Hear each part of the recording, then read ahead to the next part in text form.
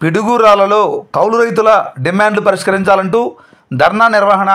ఇక పూర్తి సమాచారం మేరకు రైతు సంఘం ఆధ్వర్యంలో కౌలు రైతులు డిమాండ్లు వెంటనే పరిష్కరించాలని కోరుతూ బుధవారం సాయంత్రం 5 గంటల సమయంలో భాగంగా పిడుగురాల పట్టణంలో చెరువుకట్ట బజార్లోని సచివాలయం వద్ద ధర్నా నిర్వహించి అనంతరం సచివాలయ సిబ్బందికి వినతిపత్రం జరిగింది.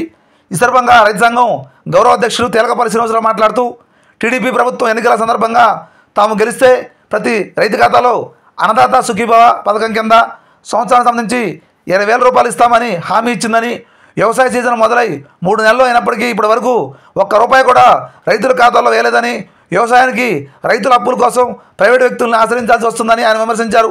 కావున వెంటనే కౌలు రైతులకు సంబంధించి రైతు సహాయంగా 20,000 రూపాయలు వెంటనే చేయాలని, 20,000 సంబంధించి ఎరువులు విత్తనాలు మాత్రమే కాకుండా సబ్సిడీ ప్రకారం సరఫరా చేయాలని, నకిలీ విత్తనాలను అరికట్టాలని సందర్భంగా వారు పేర్కొన్నారు.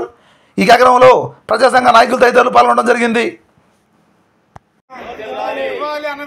అన్నదాత సుఖీభావ కింద 20,000 రూపాయలు ఇవ్వాలి. రైతు సంఘంగా రైతు సహాయం 20,000 రూపాయలు ఇవ్వాలి. అన్నదాత సుఖీభావ కింద 20,000 రూపాయలు ఇవ్వాలి. రైతు పండించిన అన్ని రకాల పండ్ల గిట్టుబాటు ధరను సరఫరా చేయాలి. ప్రభుత్వ ఎరువులు పురుగు మందులను సరఫరా చేయాలి. ఎరువులు పురుగు మందులను అరికట్టాలి. నకిలీ విత్తనాలను